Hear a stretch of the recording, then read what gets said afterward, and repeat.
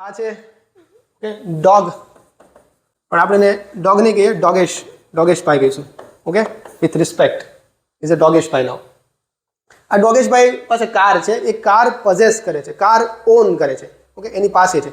તો એ શું કહે છે? ડોગેશભાઈ શું કહે છે કે I have a car, I have a car, મારી પાસે કાર છે.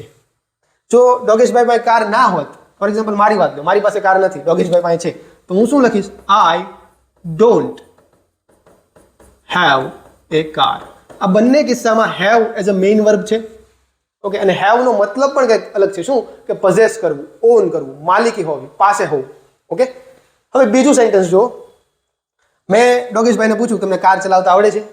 તો એને સાર્કેસ્ટિક વેમાં એને કીધું કે I have had the car for 5 years, 5 વર્ષથી ચલાવું છું, આજનો નથી, આ પહેલી વાર નથી નીકળ્યો. I have had the car for 5 years. અહીંયા જુઓ, હેવ પણ છે અને હેડ પણ છે. હવે આને કેવી રીતે અલગ કરશું સમજીએ.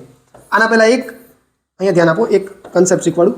જ્યારે અત્યાર પહેલાની વાત કરતા હોય, અત્યાર પહેલાની, ઓકે, ભૂતકાળમાં કોઈક ઇવેન્ટ બની હોય અને એની અસર હજુ શરૂ હોય, that experience is still going on, એને તમે પૂર્ણ કાળમાં દેખાડો છો, પૂર્ણ વર્તમાનમાં દેખાડો છો. પૂર્ણ વર્તમાનની વાક્ય રચના શું હોય?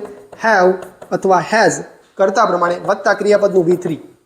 ઓકે, અહીંયા આ વાક્યની અંદર ક્રિયાપદ તમારું કયું છે? ક્રિયાપદ હેવ જ છે, મુખ્ય ક્રિયાપદ હેવ છે, અને પૂર્ણકાળ છે એટલે તમારું જે સહાયક ક્રિયાપદ છે ને એ પણ હેવ છે. અને આ હેવ પૂર્ણ વર્તમાન કાળના નિયમ પ્રમાણે હેવ પ્લસ V3 બનશે, અને V3 હેવનું V3 શું થશે? હેડ જ થશે. ઓકે, એટલા માટે એવું લખું છું, આઈ હેવ હેડ. અહીંયા જે મેઇન ક્રિયાપદ છે, પોઝેશનની વાત છે, એ ક્યાંથી દેખાડે છે? તો થોડુંક કન્ફ્યુઝિંગ થઈ ગયું. અહીંયા પોઝેશનની વાત, જે પહેલું વાક્ય હતું એમાં હેવ શું શો કરતું હતું? કે ઓન કરે છે, પોઝેસ કરે છે. ઓકે, એની પાસે છે, એની માલિકી છે. અહીંયા આ જે હેવ છે ને એ શો નથી કરતું, આ હેવ તો સહાયક ક્રિયાપદ છે.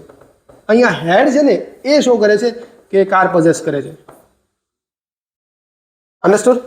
પણ એ 5 સમયથી, એની 5 વર્ષના લાંબા સમયગાળાથી એની પાસે કાર છે, એટલે આપણે પૂર્ણ વર્તમાન કાળમાં લખીએ છીએ, અને પૂર્ણકાળના નિયમ પ્રમાણે આઈ હેવ હેડ એવી રીતનું મેં લખ્યું.